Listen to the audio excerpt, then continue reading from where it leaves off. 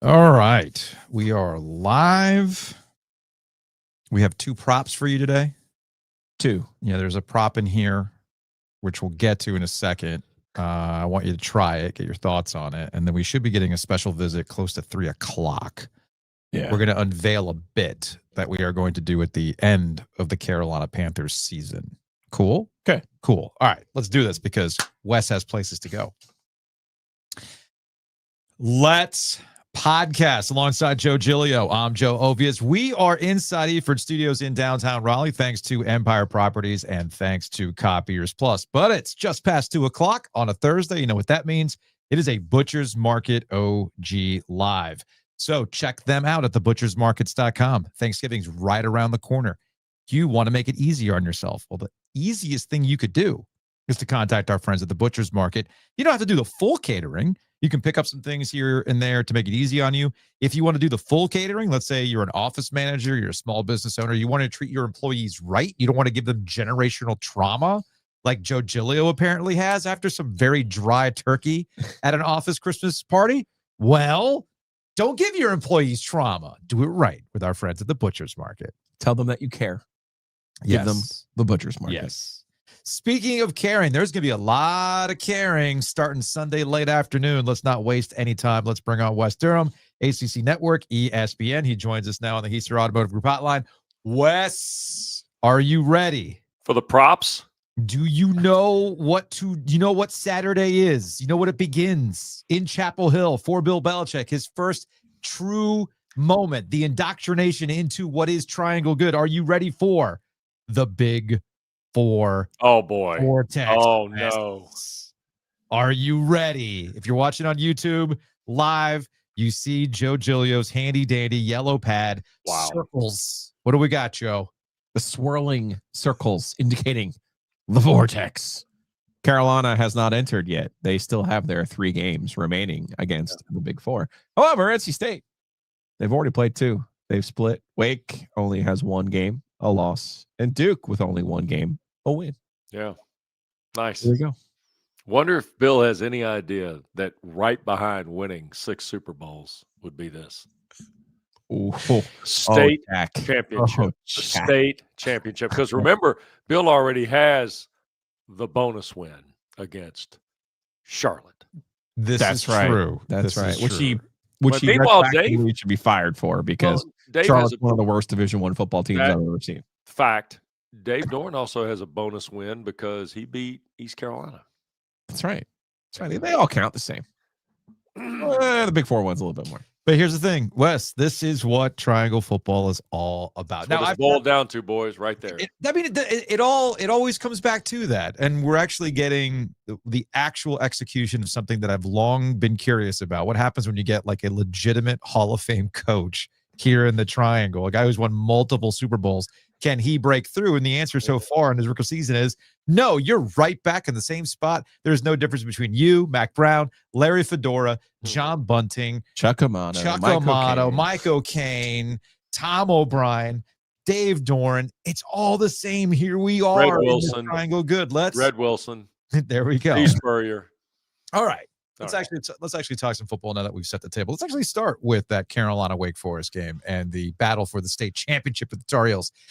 I know that there is a tendency or a desire to apply a lot of look at their defense. North Carolina's defense has been pretty good, except that I see they've been a pretty good defense against some of the worst offenses in the ACC.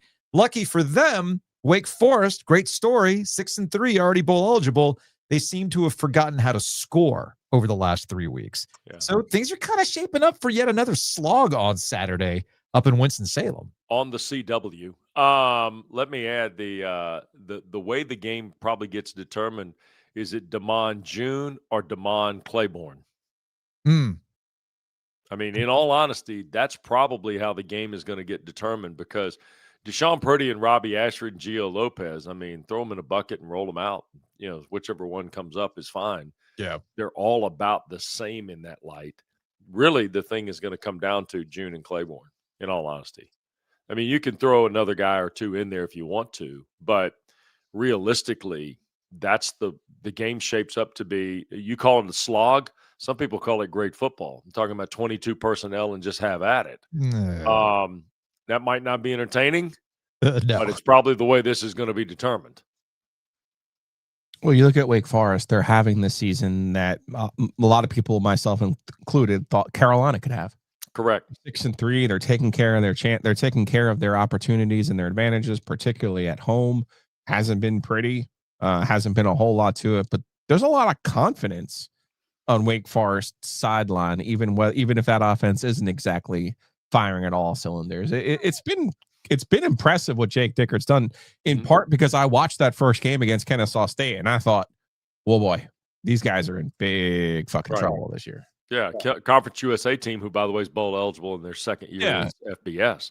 So I would add, you're right, Joe. I think what Jake Dickert's done is in some ways remarkable when you consider the way the roster volatility took shape after Dave Clawson retired. I mean, think about the guys that left. Think about, guys they were losing anyway from a graduation standpoint. And now look where Jake Dickert's got them. And let's be honest, they're not great at quarterback. They're pretty good in the offensive line. Claiborne is a pro. Then defensively is where they've kind of stepped things up, in all honesty. They've played much better defensively in the last few weeks. So give Jake Dickert his roses here. I mean, the guy deserves a lot of credit for how good they've played. And I think it's something that, in all honesty, as we move forward, it's going to be fascinating to watch, because we know from a resource standpoint, they're not near the top of the ACC. They're doing it in a way that is unique, and how long can it hold form? We'll see. But I tell you what, guy's done a great job in year one. There's no getting around that. It's interesting. Dickert was hired a week after Bill Belichick was, and we've been hearing a lot of, as the season has not gone the way that North Carolina, the big money people in North Carolina hoped they'd get with Bill Belichick. We've been hearing a lot of, well, he just got there, he's building something, look at the roster turnover, all that kind of stuff. And all along the way, Jake Dickert and Wake Forest have been in that same position with less, and they've made the most of what they've been able to do, as opposed to a school with all the money and all the ability to go out and get what they want.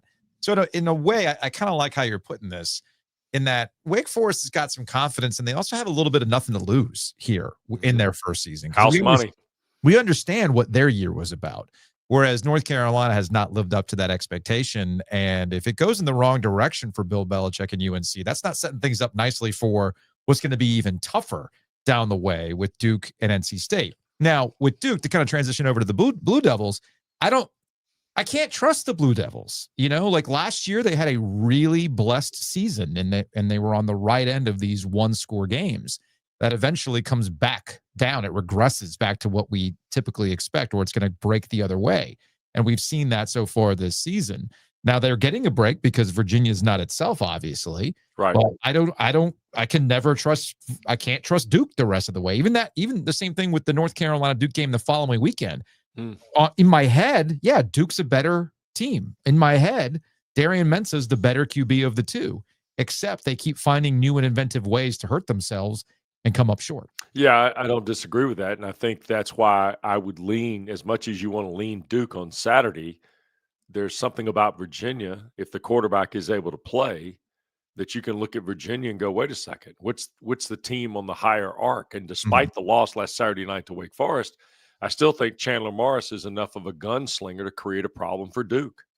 I didn't think the Blue Devils' peak would be Clemson, and it scared me that it might be. Now, the problem is, no chance I ever thought they'd go to UConn and lose. Not a chance on this planet. I mean, but you can go back to all of their losses, guys, and point to the same thing: turnovers. And sometimes very inopportune times. I mean, red zone giveaways, whatever you want to call it. But for me, Virginia is the team now, if Morris is healthy. Now, doesn't mean I don't like Duke. I think that's a good football team. But the vibe is the thing that I'm concerned about from a Duke perspective. Virginia understands the vibe. They lost their best player.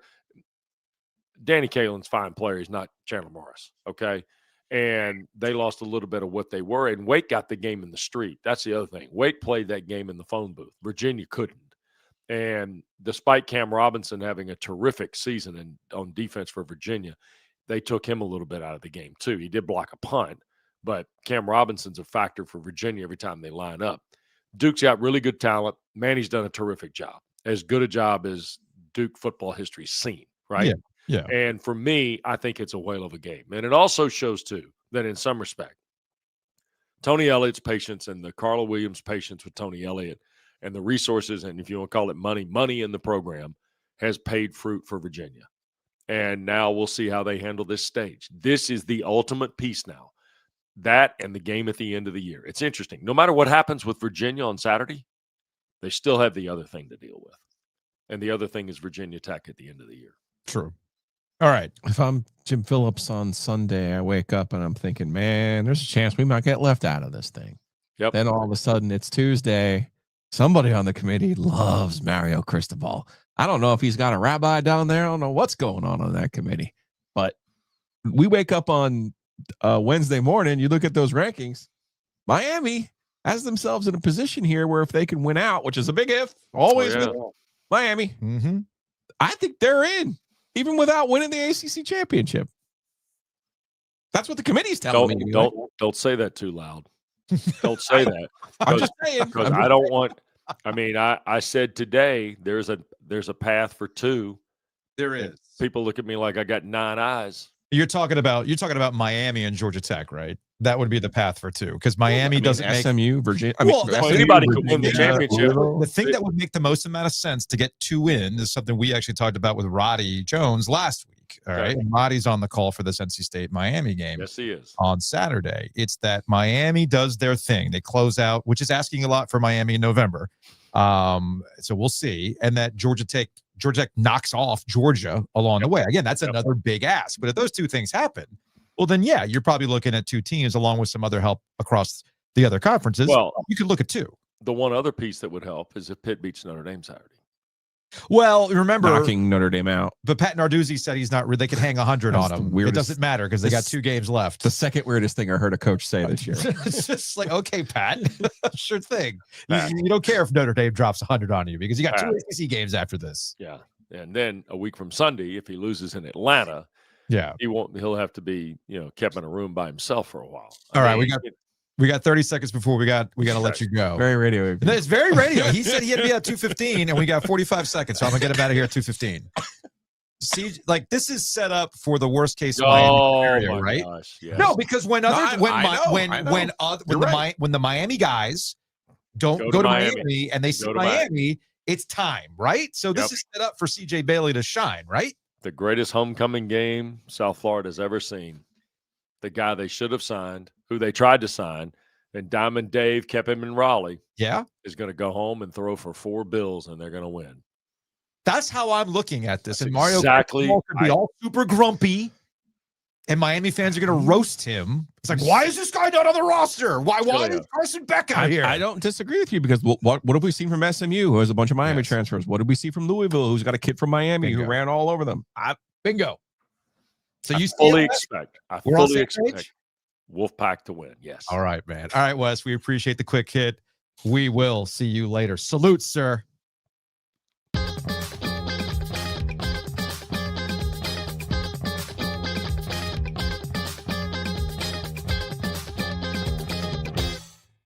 Of course, every time we talk about the ACC and college football, it's brought to you by our friends at Bloomin' Blinds. Check them out online at bloominblinds.com. Big sale. We closed. Blinds.com. Big sale. It closed? Yeah, we did well. Excellent. You like how I use my pronouns there when it comes to our corporate champions. We.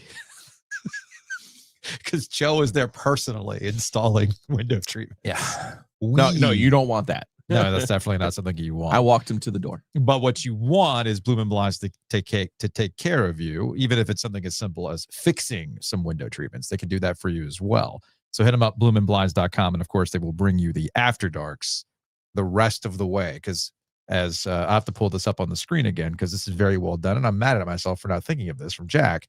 It's not the big 4 Vortex, it's the big Vortex. Very well done, That's Jack. really well, Jack. Very well done. So you shirt in your future. You see this, right? With the CJ Bailey thing. It's written in the stars. I know, for NC State. But then you're starting to tread on the law if you say you expect. something. But we also have Salty Dave, and this is how what can make coming things off an open date, which they did not perform well off their previous open date. So maybe we're got a delayed reaction to that. Also, what can make things more awkward for Boo Corrigan, AD at NC State, and the fans? I think it's already. Is it already awkward? Well, it's not for Boo. I mean, What could make it more awkward? I guess. Yeah, You know what I'm saying? Yeah. So it's all there for NC State to make this thing happen. Yeah. And Miami, speaking of teams that can't be trusted, I'm sitting here talking about Duke. Miami under Mario Cristobal is certainly not a team that you can trust. Even in the bounce back games that you would expect them to bounce back, they kind of futzed around with Stanford. Gross.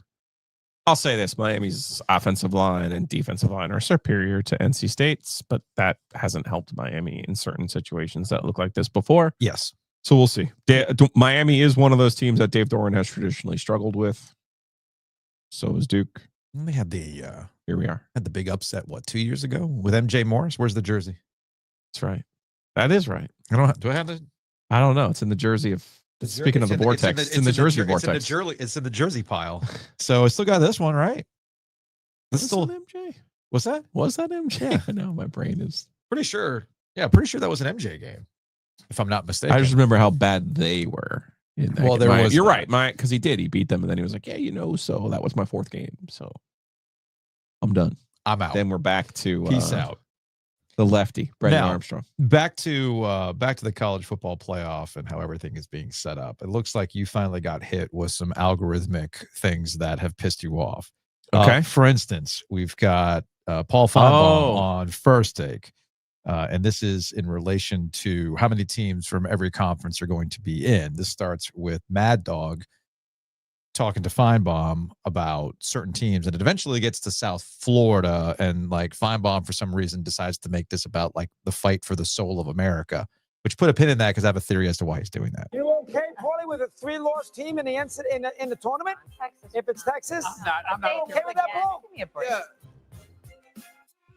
I am okay with that, Doggy. What I'm not okay with is your ridiculous statement from a minute ago. I mean, what is wrong with this country? Let's put a couple of people over here in. Let's put a couple of people. What about putting the best in? I don't see Major League Baseball. I don't see the NFL going, the Chiefs, they've been there too many times. Let's put the Patriots in. I mean, Doggy, this is supposed to be about excellence, not about being fair. This is not the little leagues where we give a second, third, fourth, and fifth place trophy. This should be the best. It's already a convoluted system because we let the group of whatever in, the group of 5 with South Florida, and they have no business.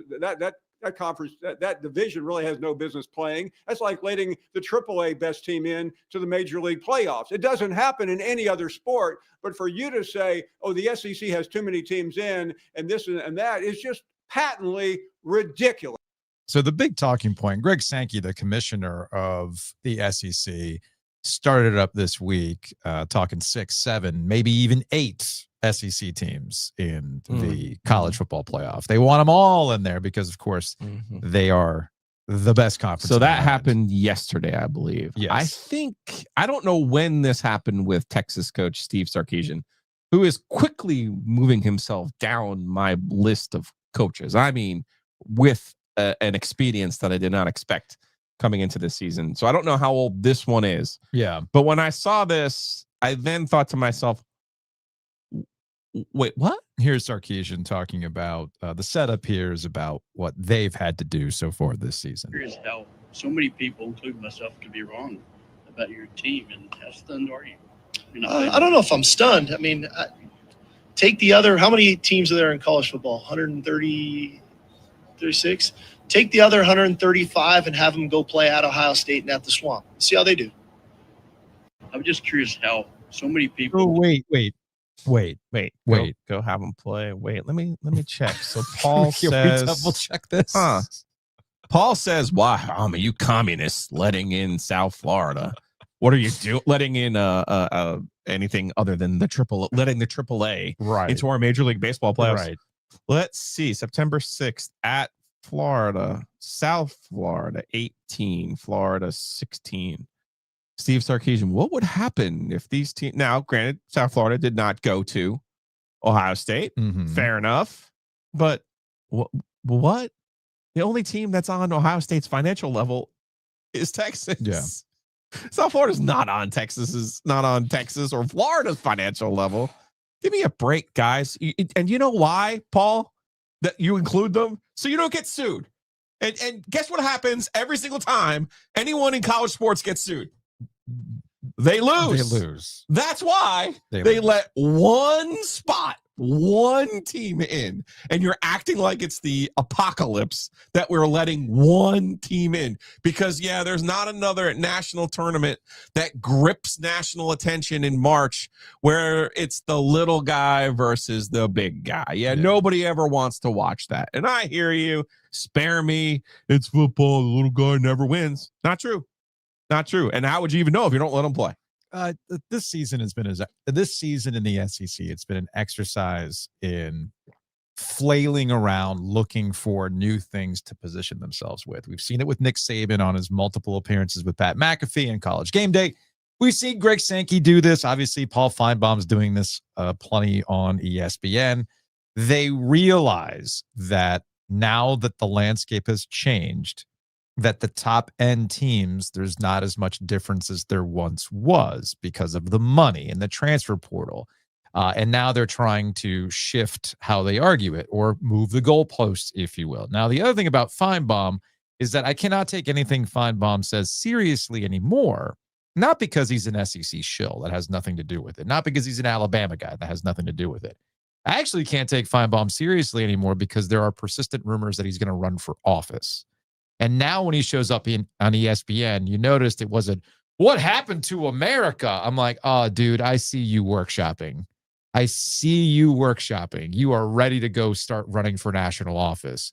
And you're not necessarily talking about football anymore. Yes. We let the outsiders in. Yeah. Like Paul thinks he's slightly on the nose there, Paul. Paul thinks he's slick when it comes to this stuff. Like, you're trying to see what you're doing there. Like, nah, dude, we get what's happening. You are positioning yourself for political office, which is fine. Go do your thing, but just go do it already at this point. But maybe he's just waiting for the end of the football season to officially throw his name into the ring. And, but yeah, there are persistent rumors that he is going to just run for office and that ESPN's put him in a position of pick one. And it looks like he's going to pick political office or running for it more than anything else. So we shall see how that goes. But yeah, I think we can all see this ridiculous positioning from the SEC and call it for what it is. But the problem is the machine is too big. You know, the media machine is too big. And we actually illustrated it earlier this week when you sent me that clip from Kirk Herbstreit where the national ACC, Clemson and Florida State. Right. I mean, his brain is so warped that he doesn't even realize that those two teams stink right now, and they're not even in the mix for the college football playoff. One of them beat the best team in the ACC, in the SEC, in Florida State's season opening win over Alabama. So we all see it for what it is. Housekeeping. Big thanks to Enovana. Check them out online at enovana.com. Green Cleaning Solutions. If you have mess inside your mansion or trash in your cabana, get it clean with Enovana. We're going to do Hayes and I are doing a sight test today. I love it. Got some cords. You need my cord? I got the cord. No, I just need to get a lay of the land. Okay. And just kind of get an eyeball for the place and see where things are at. We have enough Ethernet cable. Love it. We have 100 yards worth of Ethernet cable. We should be fine. Okay. It's just a matter of where we're going to be set up for the Christmas parade and what's the best angle to do everything, since we'll be in a 3-box setup. One camera on us, one camera on Hayes, and then one camera on the parade route. Perfect. I just want to make sure we know where we're at. So that's going to be us for the Raleigh Christmas parade. We're going to be hanging out at State of Beer. I got to talk to Whit to see if we got enough time to get some OG Light there at State of Beer. Yeah, it's carried.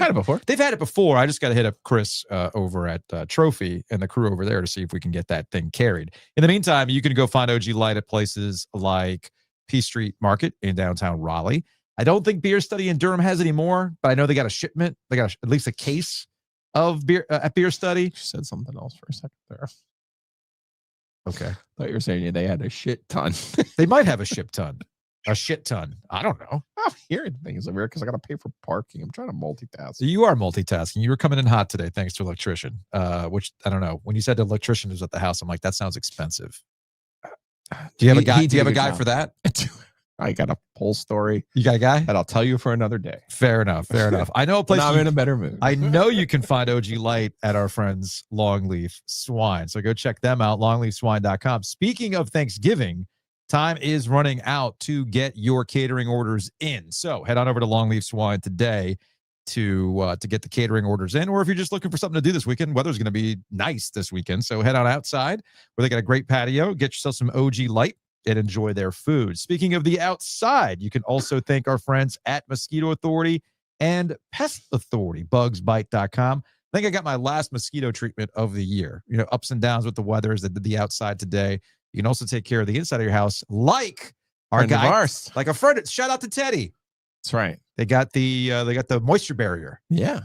They went down in there. They saw some fungi. It's like, nah. That's not something you want at your house. I promise you. Don't want it. And that's something that Mosquito Authority and Pest Authority can handle for you. So check them out online. Got all kinds of wins this week. At So bugsbite.com. that's what's making me feel better about life. Are all the wins we've had with our corporate champions this week. Those warm my heart. You get depressed easily. I do. So go to tworoosters.com. Eat your feelings, Joe. That's one way to battle it. Went to the arena last night. My wife did not get cake, but she got a Slavin Sunday for her birthday. It's the best deal in the building, man. Still is $16, but it still is it went up $4. Oh, you're walking out of there full. That's all I'm yeah, saying. it's a lot. You could split it if you really want to. In the meantime, if you're not going to a Canes game, go to the website and get the chocolate chess pie, ice cream pie. I'm so intrigued by this pumpkin roll with cream cheese ice cream. I do not know what cream cheese ice cream is, but I trust Jared. Speaking of the holidays, you probably have some family coming over. Maybe you're hosting a big meal for friends and family in the neighborhood. Is your grill ready to go? Maybe you're going to have it overworked for the holiday, for Thanksgiving, and you have to get it ready for Christmas. This is where you got to contact our friends at NC Grill Rescue. Check them out online at ncgrillrescue.com. They can take care of that for you, cleaning it to a point where it almost looks brand spanking new. So get ready for the holidays, or give your outdoor grill, your smoker, the love that it needs after you're done with all the holiday catering that you're doing for your family. So go to ncgrillrescue.com. Again, that's ncgrillrescue.com.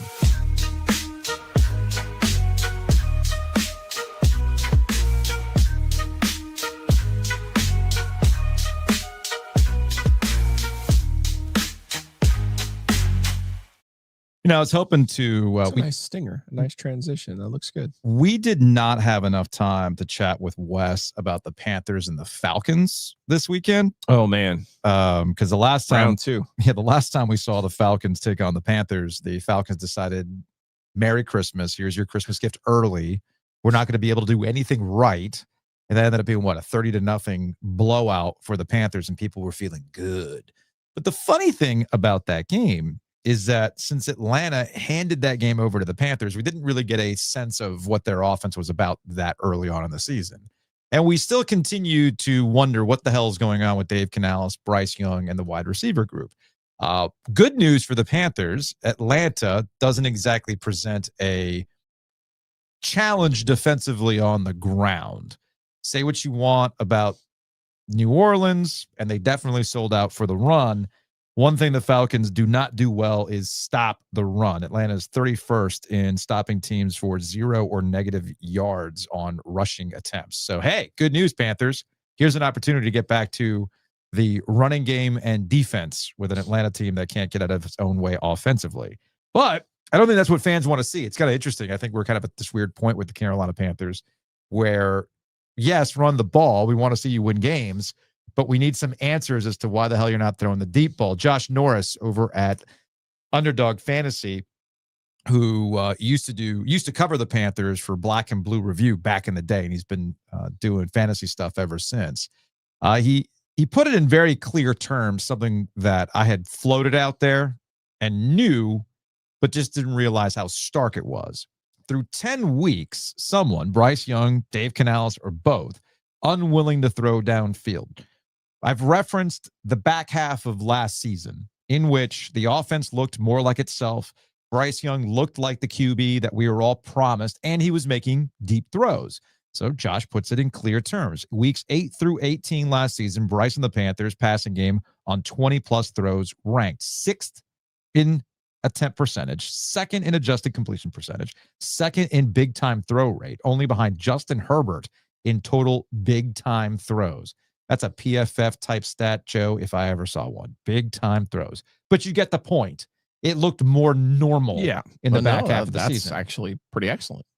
In the same 10-week sample this season, that has dropped to 31st in attempt percentage, 7th in adjusted completion percentage, 5th in big time throw rate. So Josh concludes, someone is scared to turn the ball over, which is something that has bothered Bryce Young so far this season. They're playing it safe, prioritizing the run game and defense, but the ceiling must be expanded. There's another issue that he doesn't get into, but it's one that as the week has gone on, people have been trying to explore. You know, and we played the clips earlier in the week from Dave Canales. He keeps talking about Tetairoa McMillan being the number one option. That's fine. You can make him the number one option. But in order for him to evolve and to be that number one option, everyone else around him needs to be better. And we just have not seen that from that wide receiver group, which I warned people when they moved on from Adam Thielen, you are banking a lot. You are gambling on a rookie wide receiver, the development of Xavier Legette, Jalen Coker continuing to be the diamond in the rough, and all your ancillary pieces being what you think they can be quick. It just hasn't been that way. Yeah, I mean, the good news on receiver is you can miss on receivers and just draft another one and find one. That's true. It's not like a quarterback. It doesn't have to be at the top of the, they don't have to be a top 10 pick in order to work out at the receiver position, see what they're doing with Coker. Now, of course, Coker would need to be healthy. Mm-hmm. There also needs to be shots taken down the field in order for Coker to be more effective. Here's where I'm more concerned about Bryce Young, right? They have Tet McMillan, who they went out, made their first round pick. Mm-hmm. I didn't like it at the time, and I know he's been good. Do you know who's really fucking helping Daniel Jones? The guy I said they should have taken, Tyler Warren. And I know you people get tired of me telling you, hey, remember when I told you? But the truth of the matter is, here's how football works. You need a really good tight end. You need a good running back, and you need some deep shots. And if you can't work the middle of the field with a tight end, you can't get a little dump off action for a little help, which they seem to have with Dowdle, right? Mm-hmm.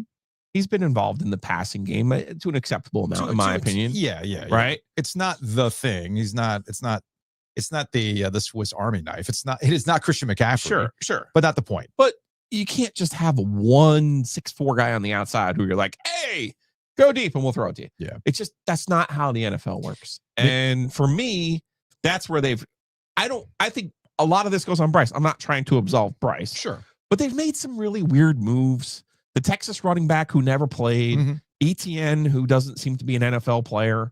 ETN's brother doesn't appear to be an NFL player. Is Hunter Renfrow still on the roster? I don't think so. And then, the tight end who they took out of Texas as well. Yeah. They've missed a lot in these skill positions. And I'm not saying we don't absolve Bryce for whatever's going on, but we said this earlier in the week. They're afraid to make mistakes. Mm-hmm. The through line for Baker Mayfield, Sam Darnold, and every other project, Daniel Jones, reclamation project at quarterback is all of their problems were turning the ball over. Mm-hmm. So it's been drilled into Bryce's head. Don't turn the ball over. Don't turn the ball over. Don't turn the ball over. Well, part of that drill is now don't take chances. What he's hearing, as my wife likes to tell me, sometimes I tell you something, you hear something else. Yeah. Well, he's hearing don't turn the ball over.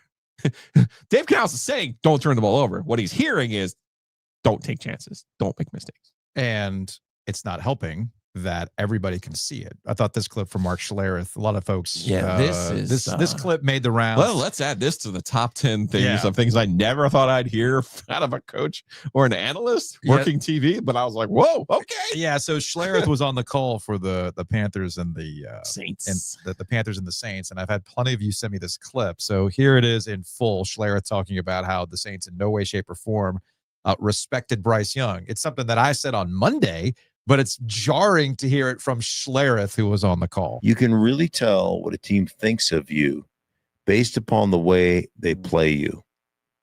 And one of the things Staley did is he brought edge pressure consistently. Alontae Taylor blitzed a bunch. He had a bunch of corner type blitzes off the edge. And what he was doing was saying, hey, man, we're going to take you away from the running game. So if you're pushing that way, you automatically have to, cut back because here comes an unblocked guy off the edge. So you're basically adding defenders into the box, adding defenders at the point of attack in the running game. And I thought they dialed that up on a consistent basis. They did it time and time and time again. And so when you're doing that, what are you saying to or what are you saying to the offense? What's your defense indicating how your coach feels about this offense? And what that is we're going to give you one-on-one opportunities outside the numbers. And we don't think your quarterback can handle it. We don't think your quarterback's good enough to beat us. The New Orleans Saints at 1-8 came in on the road to the Carolina Panthers and said the only way you can beat us is Rico Dowdle being big-time performer. And we're going to take him out of this game. Your quarterback does not have what it takes to beat us at 1-8. That's exactly what they said. Exactly what they said. And you know what? They were 100% correct. Yikes. And not that Mark Schlereth doesn't have his own eyes and doesn't have his own ears and doesn't understand football. But I try to tell you people, when there's TV people involved, there's meetings. These are things that likely were explained to the color analyst before the game under the understanding of, hey, just so you know, here's kind of an idea of what we're thinking. That's why, just so you know, that's why this game against Atlanta to wrap the point here, is fascinating to me, because I go back and people got annoyed because they only want to hear good things. But it was almost like this weird, like, hi guys, you know, you can't win games by letting the other teams implode. And that's exactly what I said after the Atlanta game. I said Atlanta was giving you this game. They kept finding new and inventive ways to give you great field position, kill their own drives, just look falcony. You know, they just falconed hard at Bank of America Stadium. And people got mad. But that's sometimes how you win games. Hey, let them screw up all day. Bill Belichick made a career out of it. So you don't have to win the game. The other team will lose. You cannot bank on the Falcons falconing twice, right? God, the good news is the Panthers don't have a winning record. Because if I'm not going to lie to you and sit here, I tell you I've been following the Falcons. Why would you? They screwed me on a futures bet last year, so I kind of have a little bit out for them because this, they played Kirk Cousins for like the whole year like idiots. But they beat Buffalo. Whatever's going on with Buffalo, they're still kind of sort of one of the better teams in the league. At least they were when they came down to Charlotte, right? Yeah. So they beat Buffalo. Then the next week they lose to San Francisco. That was part of their pattern of win, lose, win, lose, win, lose. Okay. Then they lose to Miami, who I know just beat Buffalo, but is not good. Then the last 2 weeks, they've played two of the best teams in the AFC. Lose by a point to the Patriots on a missed extra point, by the way. And then they lost over in Germany to the Colts in overtime. So these really good teams, they've shown up against Buffalo, New England, the Colts. So maybe now you're playing a team of your ilk like Miami. Maybe the Panthers turn around and beat them. We shall see. One other piece of social media that I thought was amusing. I think you had sent this to me. This is Greg Olson, speaking of the Panthers. This is Greg Olson on with Dave Portnoy of Barstool Sports. And it's about Drake Maye. And I had put out a social media clip. This wasn't me, so I'm interested. So it might have been me. Maybe it was somebody. Maybe it was T who sent this to me. I have no idea. Sometimes I lose track of who sends us all this social media stuff. And we appreciate all of it. But we were talking about Drake Maye. Drake Maye's having a hell of a year. Could be the MVP.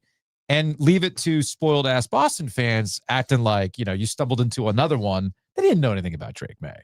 And what I thought was amusing about this clip is that Greg Olson puts Portnoy on blast. Like, you didn't know shit about shit regarding Drake Maye. Don't act like you saw this diamond in a rough back in the day. I thought you'd appreciate this. I mean, obviously, Drake Maye is one of the best stories in the league.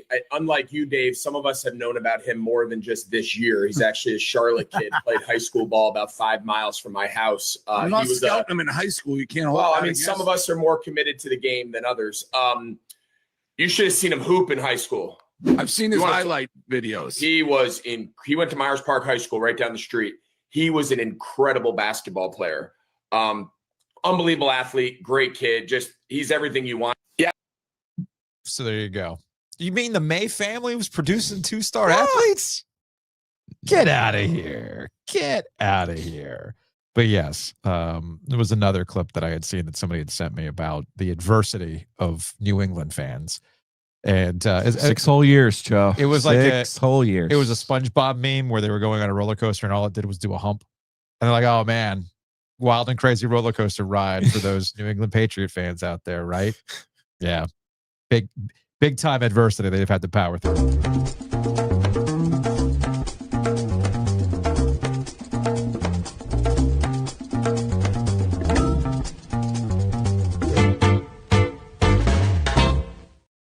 Sitting here looking at the DraftKings odds for the Carolina Panthers and the Atlanta Falcons. Right now, the Falcons are a 3.5 point favorite at home against the Carolina Panthers. Not terrible. Not terrible. I got the Panthers winning this one straight up. You mentioned the Buffalo Bills earlier. This to me is probably the most intriguing game of the week. Shush. Because Buffalo can't seem to get right. Buffalo has put Sean McDermott in the do you want to be fired? Because we've given you a lot of opportunities and we keep bringing you back. Remember when like Bill Belichick embarrassed you and all that kind of stuff and people wanted you out of there, but we're giving it a go. Hey man, this is it. This is it. And of course, we've got the feisty Tampa Bay Buccaneers with Baker Mayfield. Again, this is at home.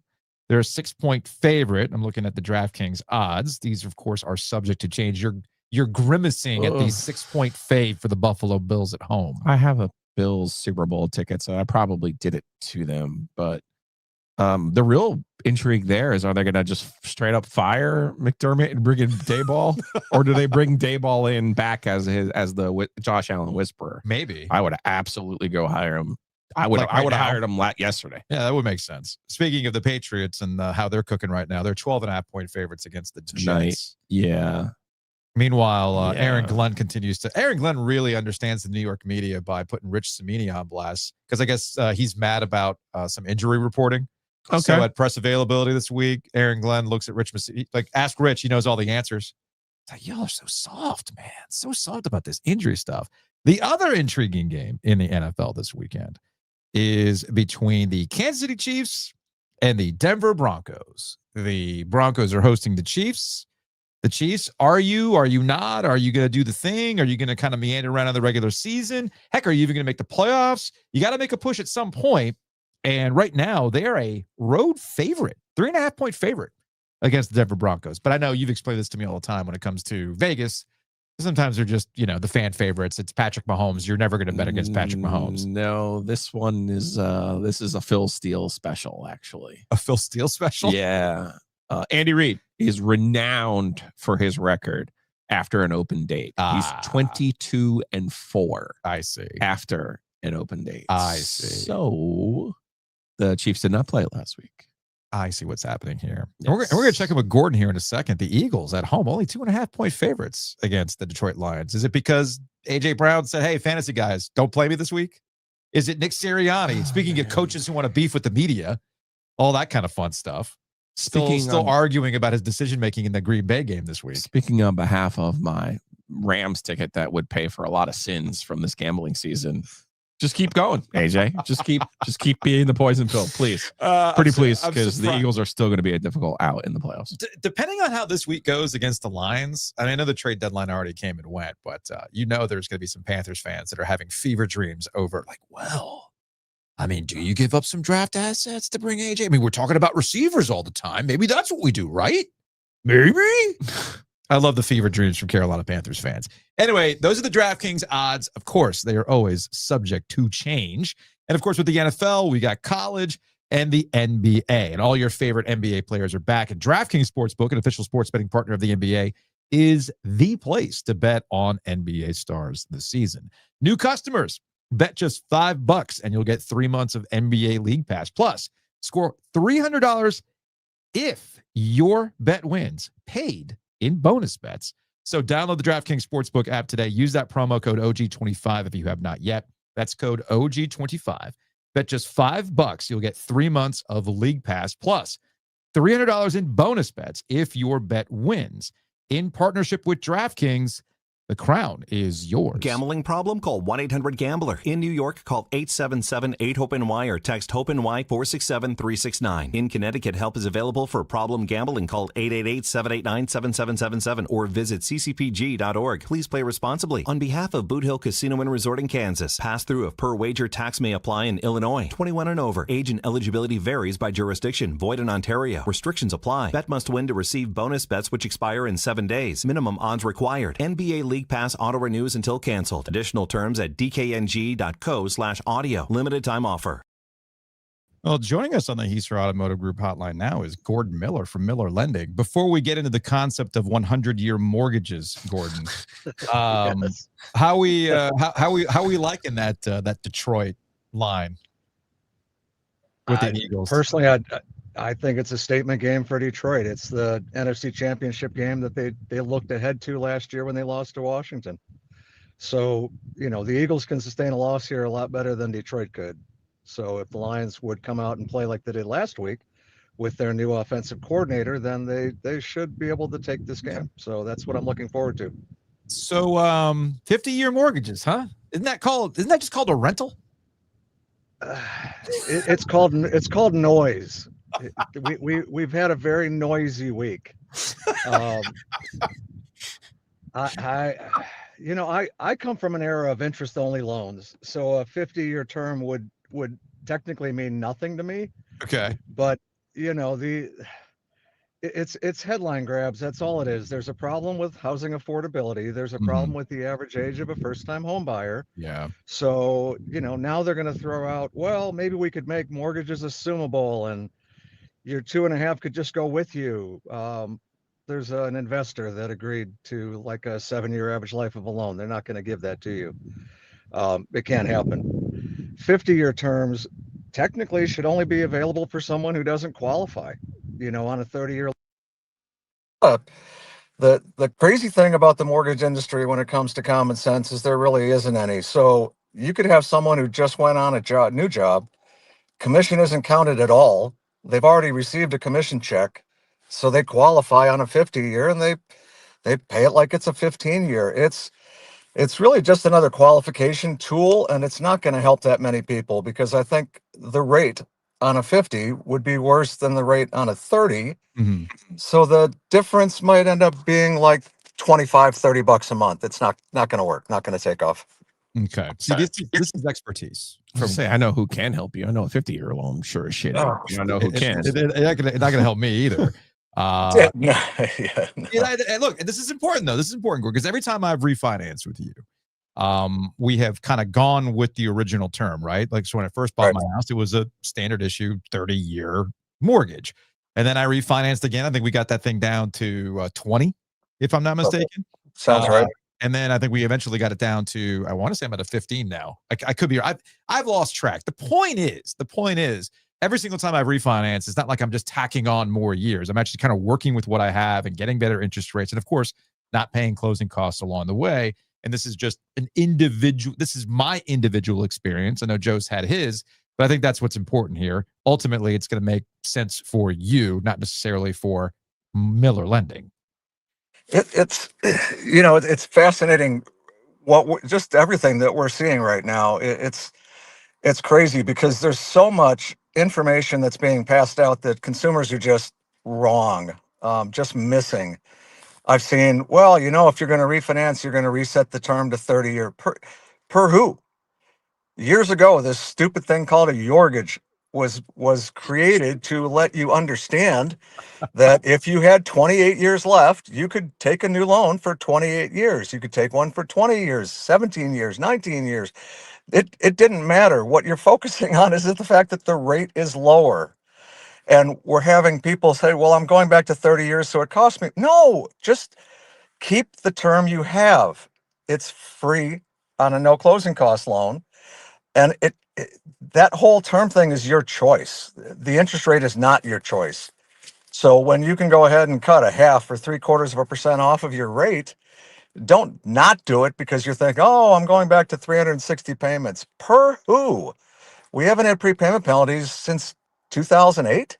Oh, geez. So, yeah, I mean, all the flexibility is with the borrower, but That's why, the thing that you guys have pointed out numerous times is, I think our reputation by now is over the years.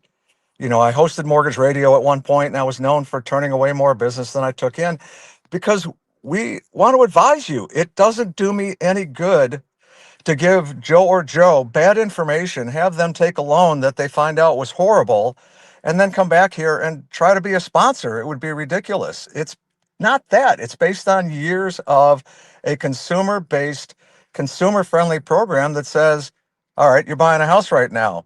Doesn't mean you got to pay 15 grand every time you close. You can do nothing. Gordon. I choose nothing. Yes, we're going to go with nothing. Going to go with nothing. And then when you come for the Florida game, we're going to go to Danville. 100%. Do I get to make this trip? You want to go to Danville? I've never been. Come on. We're in. It's set. I've got 3 days. Joe knows my dates. Honestly, I just want to witness Giglio get in the Gordon talk trap where he's just talking and you're just not along. Gordon will talk your ear off, man. You gotta be careful. Gordon, you want me to say it or do you want to say it? Yeah, Joe, I mean, you know that the first time that Joey and I went to Danville. Yeah. I started off giving him the silent treatment, and I said that was because your co-host said that I'm going to talk your damn ear off. Oh, so it was silence for your feelings. You got in your feelings. Right. You can't label it. You got to wait for it flows. It's the Be conversation. you, Gordon. I learned a lot. I learned a lot about Joe on that drive. I didn't just talk. I'm getting older. I listen better. See, and Gordon's going to listen to your mortgage needs. So hit him up, millerlending.com. And of course, if you take that thing to close, you are going to get a gift basket from the Butcher's Market. Thank you, Gordon. Thank you, guys. All right, take it easy. Gordon Miller. Check him out. millerlending.com or 919-447-3377. Speaking of your refinance, you got to take that thing to close. Hit up our friends at Whitaker and Hamer, wh.lawyer. They can do things like that. Small legal needs for your small business, whatever it might be. Attorneys and counselors at law, they can check it out. They can check it out for you at wh.lawyer. And of course, we've been talking about homes, buying, selling, right? We got the mortgage aspect of this thing nailed down. But what's the market currently like? Well, right now, they can answer that for you. myhtr.com. Go visit them today. Again, that's myhtr.com.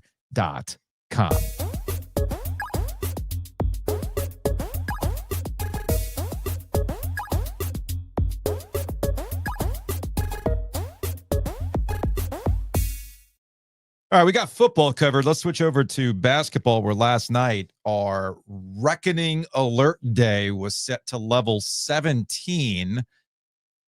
There was vengeance for the Got Man, but of course the referees were also getting vengeance for Carl Hess, I guess. I have no idea. Before anybody brings it up, I had a couple of people hit me up. Was the refereeing assignment, was the officials' crew the same as the one that was in Chapel Hill for North Carolina versus Radford, which was also a slog of an officiated game with a parade to the line? No, it was a completely different crew. And I gotta, Joe, I gotta hand it to Will Wade at NC State. They've played 3 games. They have 5 technicals total. 2 of them have been picked up by Will Wade. He did not get a technical last night. And there's been 1 player ejection because of a double tech on Trey Holloman last night. So things eventually settled down and NC State blew UNCG out of the water eventually.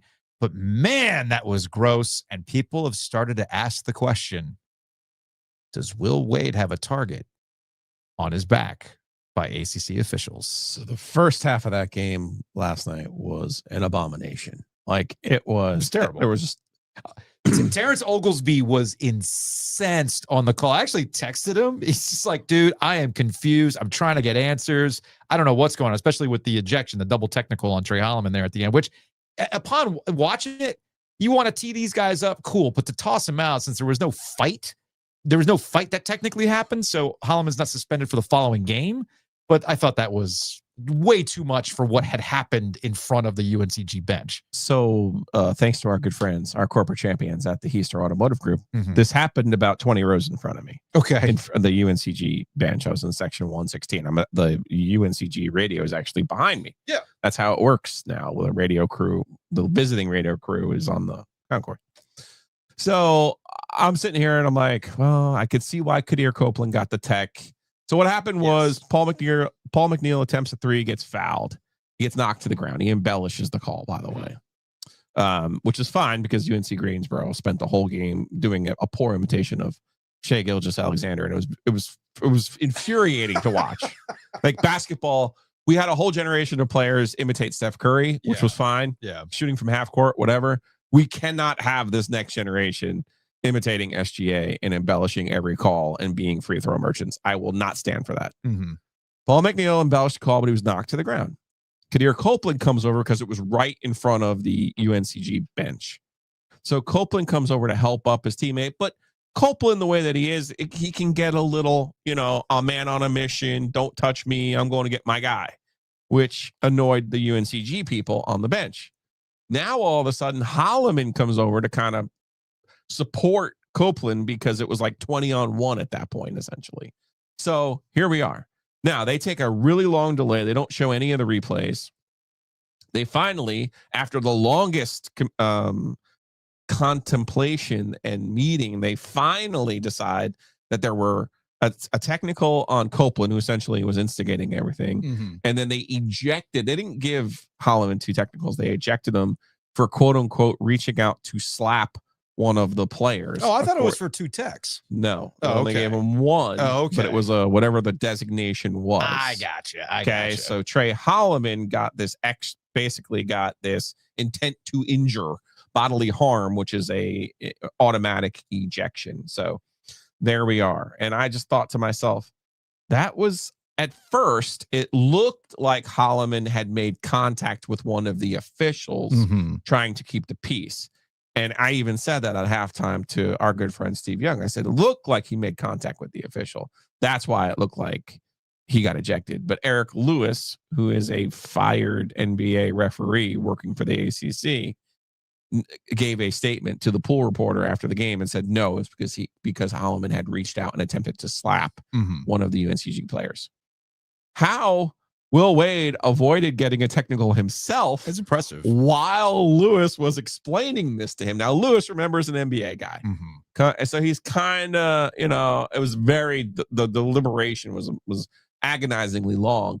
But finally, Brian O'Connell, longtime veteran ACC official, also veteran of the Final Four, comes over and basically was like, he slapped him. Like, he just, like, no, we're not arguing. Go away. Go over here. Yeah. And finally, Will got the reset. After that, there was not a whole lot of jawing by Will. Other than that halftime, he wanted a longer explanation and stayed out on the floor. NC State was very fortunate in the first half of this game while UNCG was attempting. Are you ready for this? UNCG had 28 free throws in the first half. Yeah. Fortunately for NC State, UNCG was not good from the free throw line in the first half, 17-28. So NC State had a 10-point lead at the half.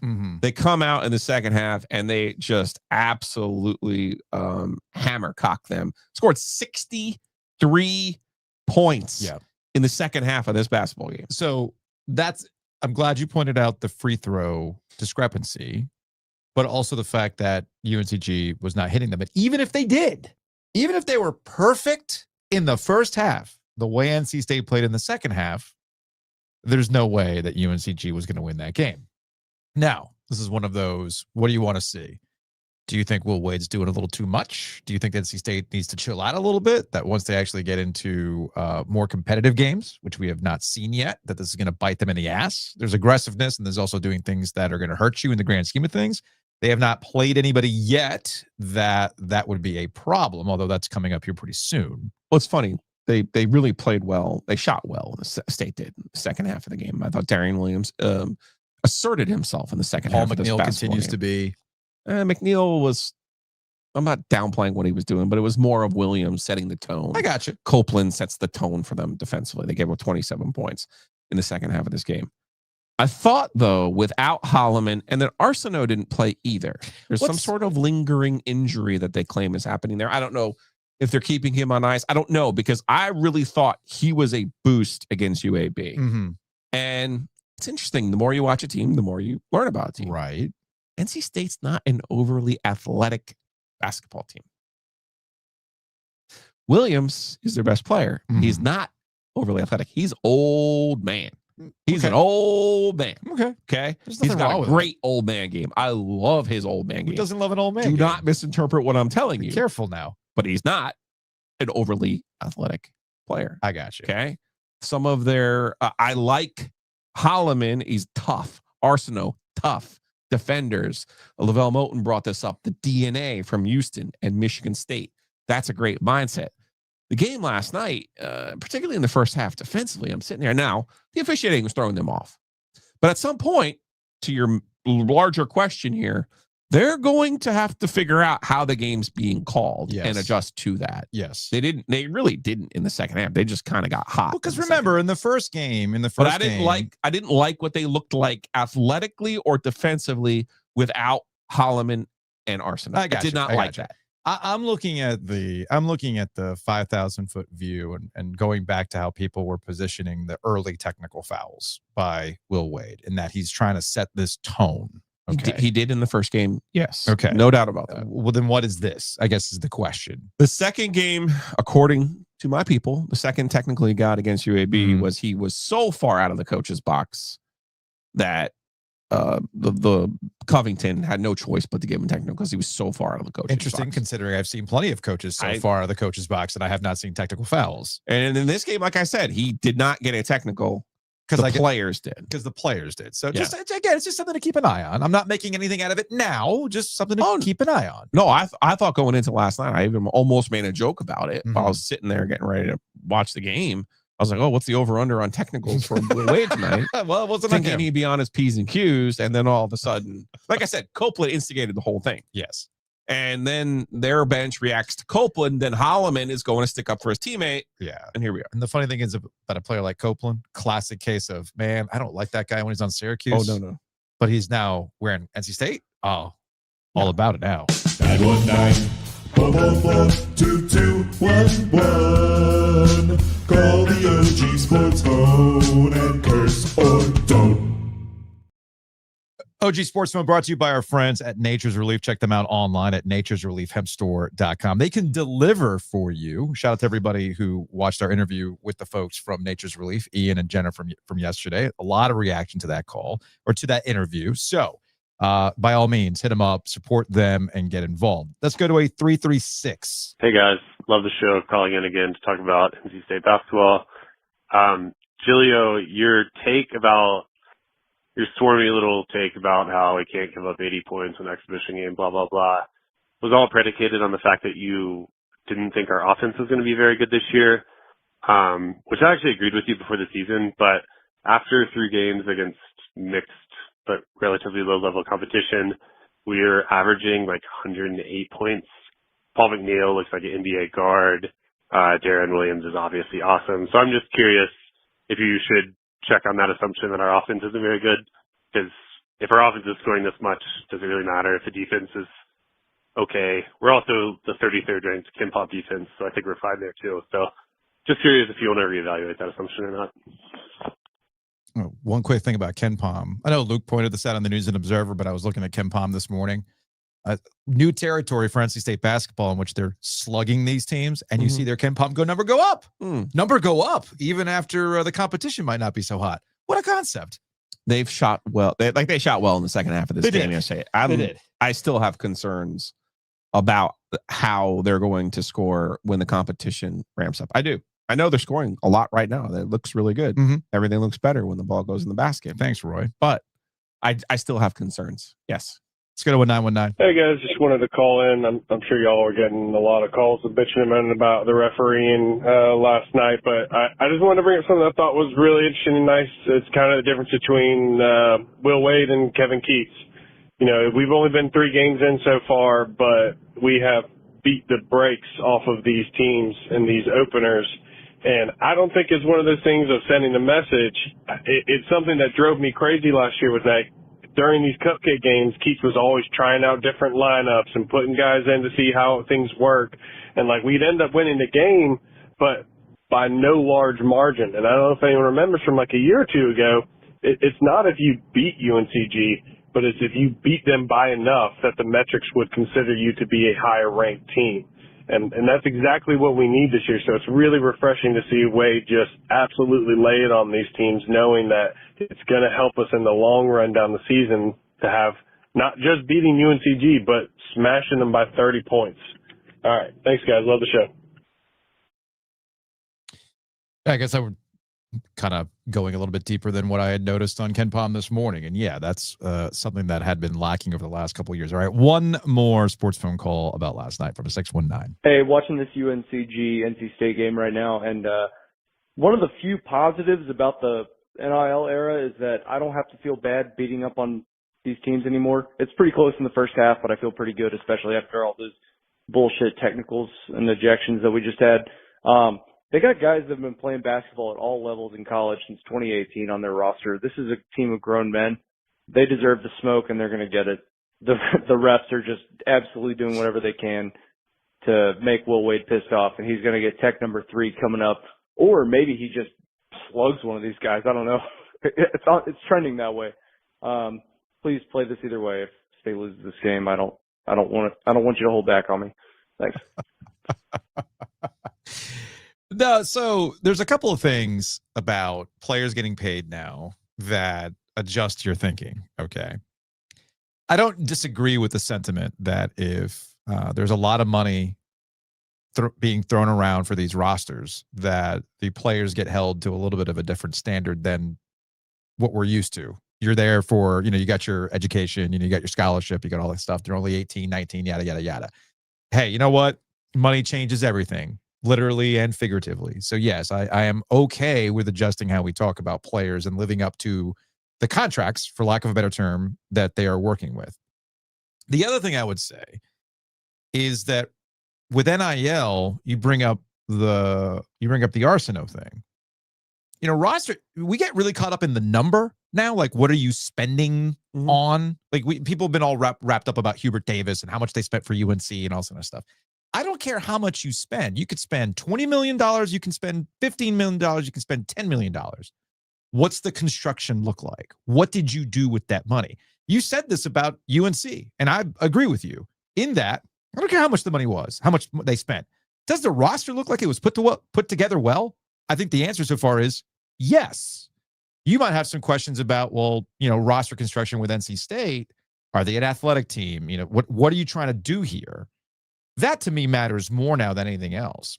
So just something, as we get used to this new nature of college basketball, just something to consider going forward. All right, now it's time for props. Joe, are you ready for props? Let's do this. Let me hit this button real quick.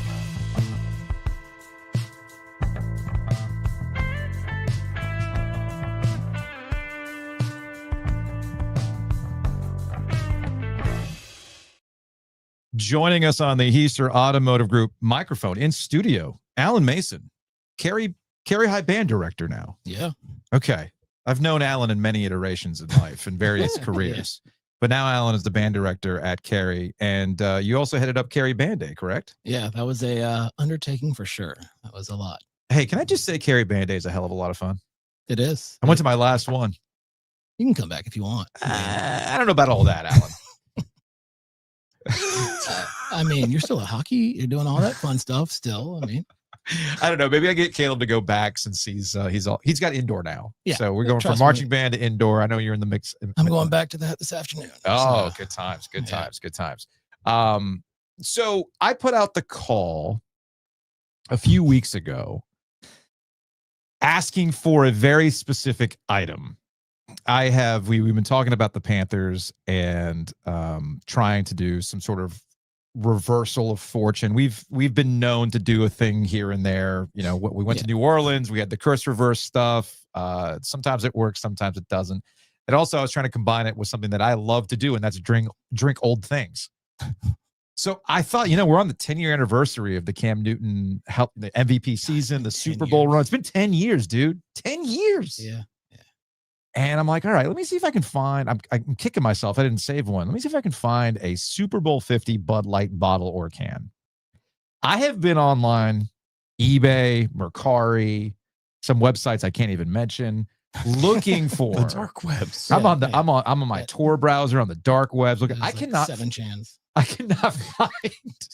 cannot find a full Bud Light Super Bowl 50 bottle. They're all empty. Yeah. And even the expensive ones, I'm thinking, oh, they got one for $30. All right, cool. Maybe this is it. No, it's a bottomed open can. Mm-hmm. And then I got a message from you. And in your hands right now, if you're watching on YouTube, a Super Bowl 50 full, unopened Bud. Do I ask how you got this? I mean, I guess maybe more eBay digging than you went with. I mean, I spent maybe I searched for like a lot of sports cards and memorabilia, Okay. and that one I was like, you know what? That's a challenge. I gotta find it. Okay. Look So at the date. I believe this is the born on date is January 8th, 2016.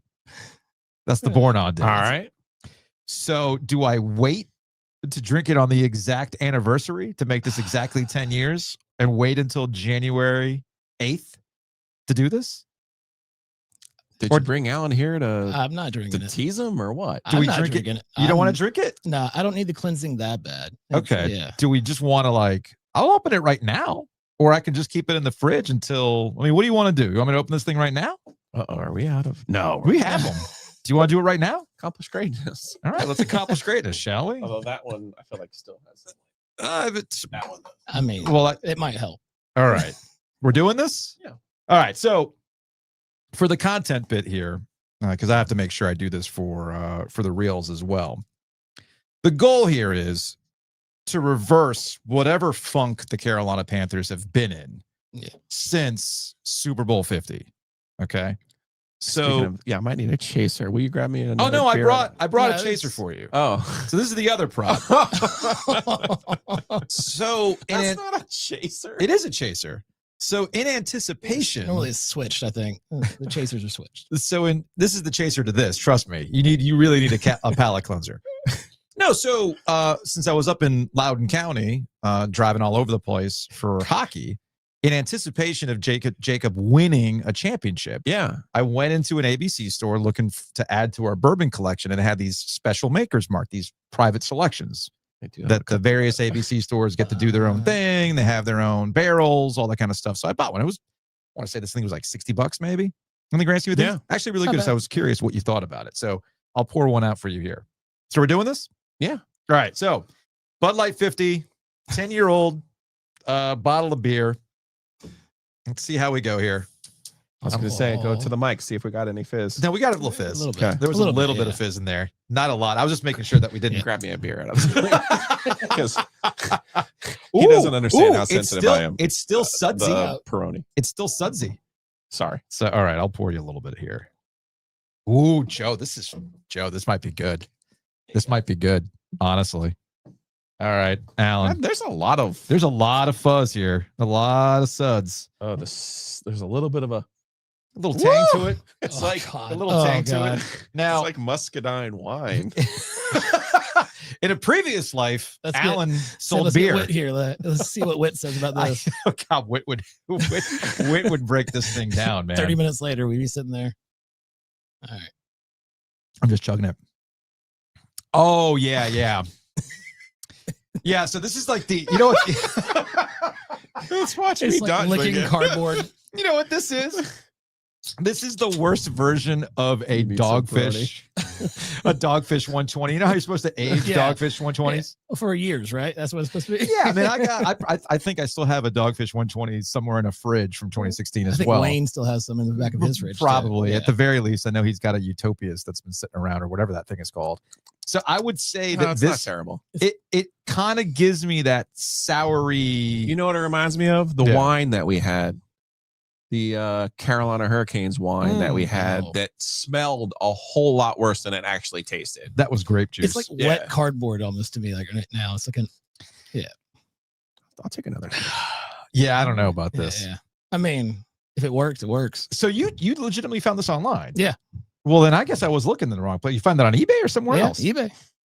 Man, I must not have been looking right, or it just came up at the right time. I think it came up at the right time. It must have come up at the right time because I've been looking for this thing for the longest exactly time. what it is. Yeah. It does. It has more of a fragrance than it does actual flavor. Yeah. It tastes like a flat Bud Light to me. It doesn't. I don't taste 10-year-old anything Bud bad. Yeah, you're right. I don't taste anything bad in it either. I'm not like having like a heaving reaction to it. But the smell, if I were to like hone in on that, that's where I'm like, yeah, you got to at least. You're not getting the full bouquet. You're getting the aluminum bouquet over there. Okay, I see what you're saying. Yeah. It's like that. It's like that unrivaled or unconquered. What was it? Relentless. Actually, I think I got it. That bouquet, Whatever it takes. What you're describing, that bouquet. Yeah. That smells like if you spilled beer on your clothes and you didn't wash it. I was gonna say it smells like an air freshener, and you poured a beer into an air freshener. That's an interesting way of You putting don't it. use a lot of things in your car because you have like a new car. Well, I mean, it's newish. Coming. Yeah, I was gonna say we're coming up on. I coming up on use 30 those years of that thing. trees all the time. I have a 2007 Pilot. Yeah, like come on. There's a lot of funk that's accumulated in and that I car. got other people driving it, so I'm saying it Okay. tastes like somebody teabagged my beer with an old tree. Or a Summer bottle linen. busted in a store or something like that. Yeah, and you try to spray it. Yeah. Alan, what's the oldest beer you've had? Oh God. Probably there had to have been something from like early 2000s whenever I was working at the brewery. Working at the brewery back in the day? Okay, fair enough. All right, while I'm polishing this off on a serious It's actually note, not terrible. it's really not that terrible Yeah, for a 10-year-old beer. So while I have you here, and I'm being It's quite an serious now, endorsement, by the way. Not terrible. You Carrie Band-Aid is a fan. I'm going to get back to Carrie Band as I like burp. Yeah. As I burp, I'm like, I'm going to get there it serious is. now. You want me to play the Fox intro music first? yeah, because I keep drinking this. Maybe it's a mistake. When did you have to start planning Carrie Band Day? So there's actually a bunch of parents that have been on it. Like I came in mid-season. It was a little weird. But the parents started, I think we're having our first meeting in January of this coming year to plan for next Carrie Band Day. Yeah. And then we have meetings every week for the month leading up to it, just going through the process and ordering stuff and make sure we have the right thing. And all the lights are ordered, all the golf carts and gators and all that. So Enloe, which is where my son goes, and this is his senior year. They did pretty well with the percussion and all that stuff. I forgot they brought home a lot of stuff, and they get very, very hype about that stuff. What I found interesting about band competitions, I went up to Delaware for a Bands of America. I've been to Orlando for a Bands of America. It happens to coincide with Jacob's Junior Canes hockey season as well. And I've going to tournaments and various other things. And what I've noticed is that when I go to hockey tournaments, these teams show up and these parents are tense.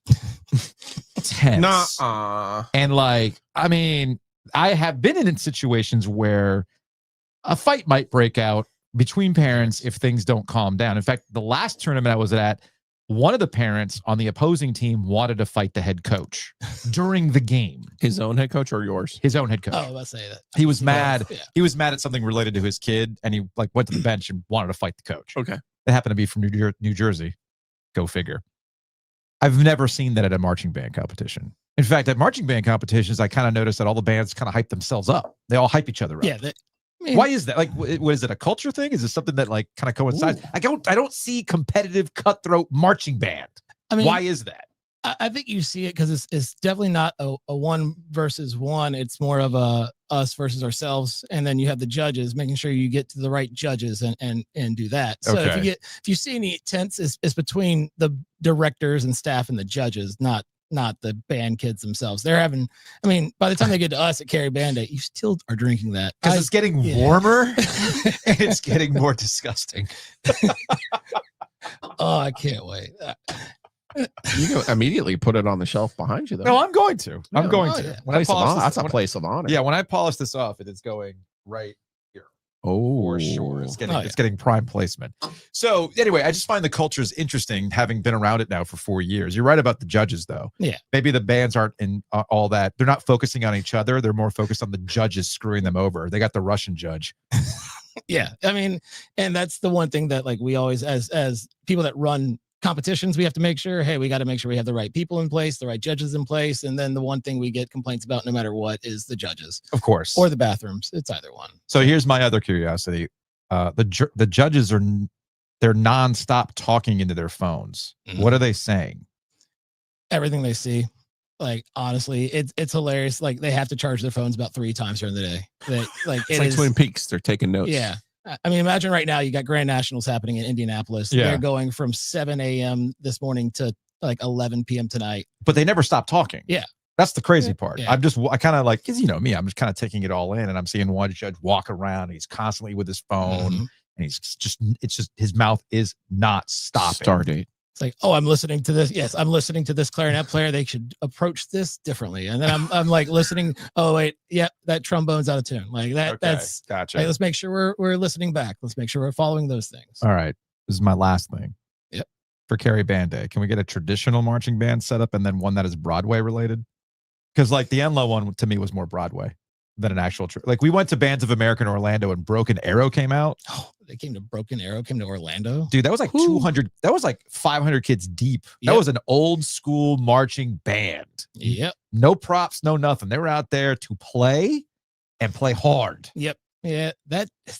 Those competitions they're making a resurgence now. Okay. But it's just not as common. Like, I mean, it's more about the theatrics. It's more about putting out the props, especially like around here. When you get further to Texas, it might go more old school. Like then you also in Texas have that pocket of hotness of like $1 million budgets. Things like that. Million. Like, oh yeah. I mean, Excuse me? You gotta think the people like Allen High School, Prosper, Hebron, like those schools in Texas, those are Broadway shows on a field almost to the T. That's insane. Tarpon Springs in Florida. Well, I mean, locally I think it was Green Hope that does they did Game of Thrones. Yeah, they did Dracarys was the name of it. Dracarys. Yeah, they won Band Day. So although it was a Game of Thrones, but in the most PG way possible. Say, I would really so. Is it? There was no reek. So. Speaking of like governors and meeting guidelines, has the Kerry administration softened in their advanced age now? Are you allowed to print anything with impin ain't easy? I don't know yet. Okay. Honestly, it's crazy. I've only been there for like not even 2 months yet. I came in like mid-season. It's a crazy. You're really drinking from the fire hose. Yeah, it was like mid-season. They needed somebody to fill in, and I was available, and I was wanting to get back in the classroom, and came in and took over. Well, feel like the kids are awesome and did a great Russ. job. Polish it off. OG Media can print impin ain't easy shirts for our Kerry friends. Fair enough. We should do that. Class of '93. They love that impin ain't easy. Alan, you're the man, dude. I appreciate you. No problem. Yeah, thank you for the beer. Finding Of this. course, If you want something on the road, have you had an OG light yet? I have not had an OG light yet. All right. Of course, for when you're done with your schooling activities. Yeah. Yeah. There it is. Appreciate We now have the Super Bowl 50 can on beautiful. the wall. It looks fantastic. Al, we appreciate you for being a real Of one. Thank you course. for bringing it here. I'll see if I. Yeah, you're gonna struggle a little bit. You drank that whole thing, like Yeah, you because Yeah, I had no, like I drank the whole like thing. six Yeah, sips. Look, if Al's gonna come all this way Yeah, and you're be on eBay to find this thing, I know you can't guess tease what? them. I'm not gonna be like, nah, I'm not gonna drink the whole thing. Nah, I might need to polish this off. The Makers, The Makers is good. It's I a told- little spicy, but it's good. Really, I thought it was a little bit on the sweeter side that I thought you would like. It's both. Oh, okay. Yeah. Okay, gotcha. No, it's gotcha. good. All right. Well, I'm glad that you like it. Al, we appreciate it, man. Yep. no I'll talk to you. problem. I'll talk to you later. All right. Thanks.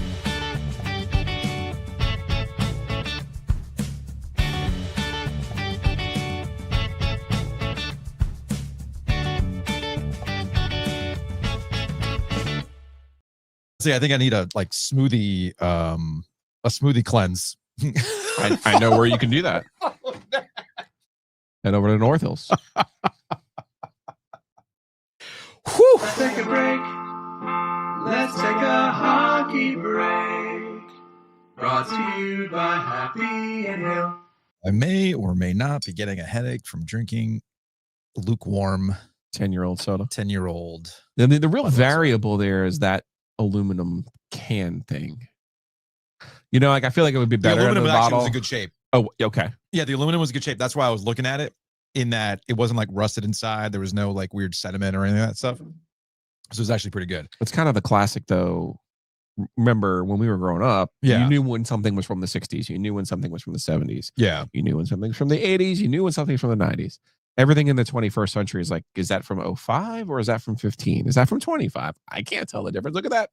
Look at that bottle. Like there's nothing about that other than it's an aluminum can, which they switched to what? In the 12, 13 area? Yeah. Or that's the only giveaway in terms of like when it's from. Yeah, that's about it. It just says February 7th, 2016 on here. Perfect. Good stuff. So anyway, like I said, I'm going to need a green smoothie to flush me out after drinking all that beer from 10 years ago. You can download the app. Download the Happy and Hail app. Use that promo code OG25 to save 25% off your first order. And you can grab and go. Big thanks to our guy, Matt Davis, over at State Farm and SureGarner.com. You can save on home and auto. You probably have not thought about your home and auto insurance in a long time. It's one of those set it, forget it type things. It comes out of your account. You don't think about it. Well, maybe you should. You could be wasting a lot of money. And Matt can help you save money. He can even help you financially plan. So call today at 919-779-8277 or InsureGarner.com. Speaking of money, you're a small business. You deal with government grants. It's getting close to the end of the year. You want to make sure that all your documentation is tippy-top correct. Well, Chris Brassfield can help you out with that. BrassfieldAccounting.com is the website, a fractional CFO for your small business. Joe and I, we are a two-person LLC. Joe is technically the CFO, technically speaking, but there are some limitations to Giglio's skill. And that's where Chris Brassfield can come in. And I know and some help. people can be confused. Well, what does that mean, CFO? Well, bookkeeping, billing and invoicing, which is big, payroll, HR, etc. Basically, any of the business you don't want to cover, our friends at Brassfield and Accounting can cover. So hit them up, Brassfield Accounting. Oh, and they're also here in the RTP now. Got an office in the RTP. So hit them up, BrassfieldAccounting.com. Also, big thanks to our friends at Rowback. They're back in for 2026. Gosh, this really has been an amazing week for us and our corporate champions. You always get down on yourself. You always start to fret. And I always tell you, dude, don't sweat it. Our corporate champions love us. Our corporate champions love us. I love it. In the previous ad, you're like, you're the CFO. And then in this ad, it becomes, see, it's okay. It's okay. I'm the chief vibes officer. Okay. That's my role. Chief vibes officer. I'm like, you know what? Vibes are good. And Forget the promo code, though, because they got a site-wide sale going on right now. So check it out. And then save the promo code for something else when you see something you liked. I did have an NC State fan reach out to me. I will say this again, because they don't have brick and mortar stores, and I know how people can be. They have an amazing product, and sometimes you're like, hey, I don't really trust you, but I'm going to get a golf shirt now that they're having this big sale. Their golf shirts run big. Yes. Polos in particular. Yes. Okay. I normally wear a 2X of pretty much every brand of golf shirt. In Rowback, I wear an XL golf shirt. So gives you an idea. They run a little bit big on the golf shirt side. So check them out, Rowback.com.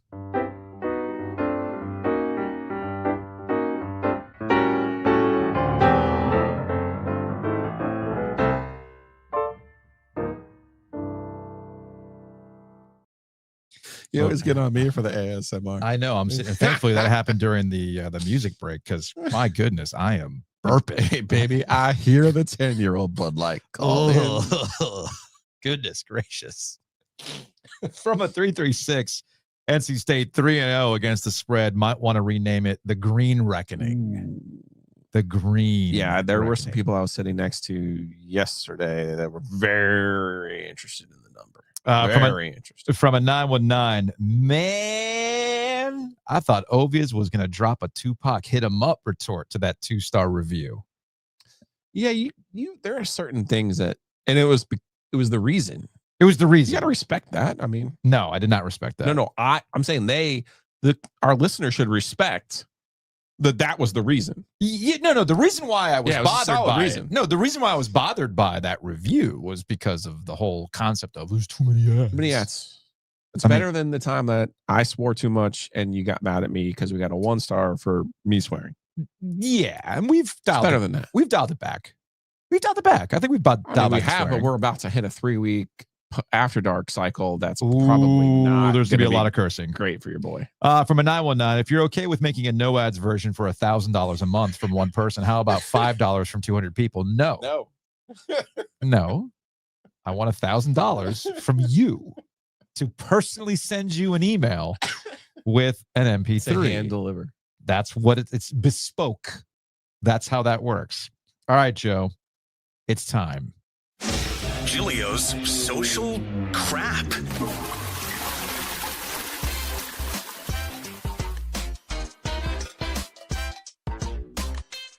See, production.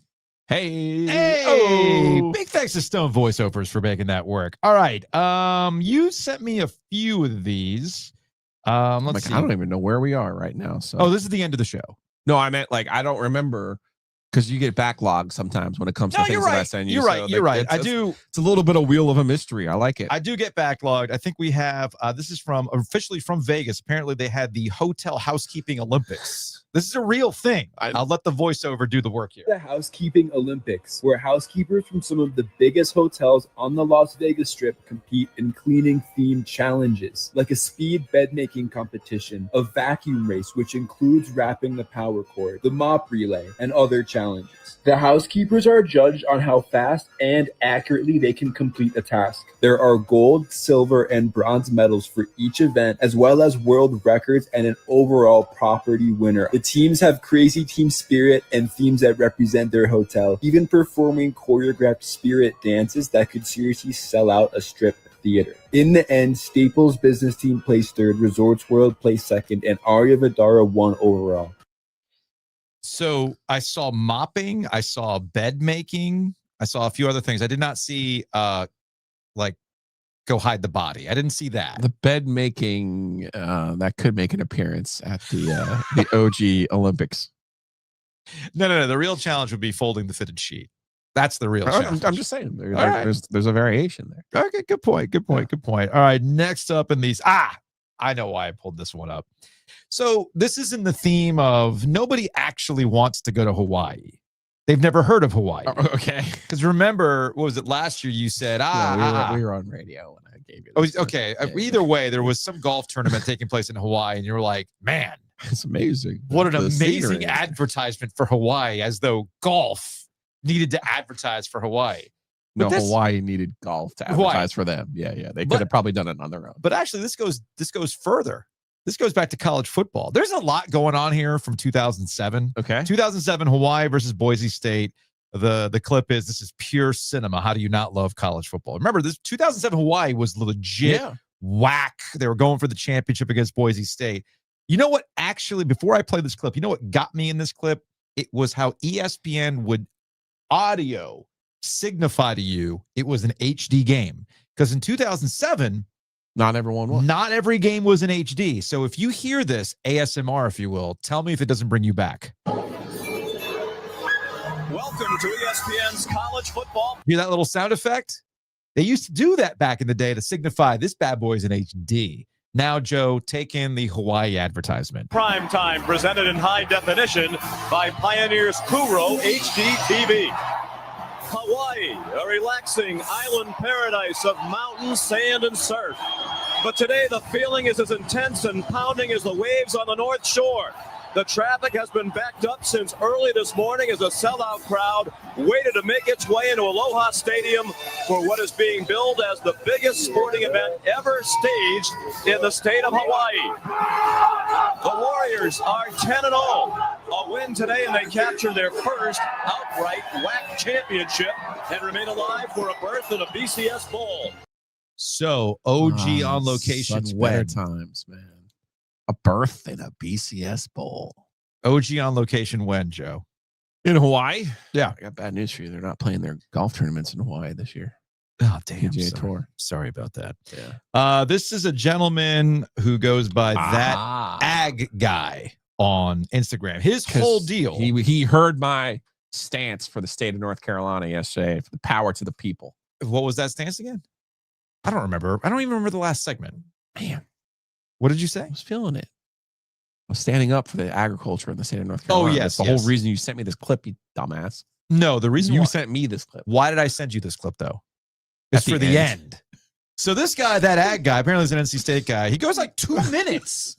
2 minutes. Extolling the virtues of agriculture in the state of North Carolina. All the things that happen in North Carolina. Bright leaf tobacco. He even shouts out the hot dogs. We're talking sweet potatoes. All that kind of fun stuff. And then at the end, North Carolina, from the Blacklands to the Sand Hills, all the way up to western North Carolina, we're big time producers. Where the winds of Dixie softly blow over the fields of Carolina, there stands everlasting NC State as the honor shine. So lift your voices loudly, sing from hill to ocean side. Our hearts ever hold you, NC State, the forge of our love and pride. Go Pack, Go agriculture. I heard Dave going, screw UNC. The ultimate stray. Go Pack. Fired. Why does that man constantly catch strays? Whew. All right. 2 more. I need you as an Italian to chime in on this one. You put a pizza on top of another pizza. You have 2 pizzas. Okay. But if you stick lasagna on top of another lasagna, you only have 1 lasagna.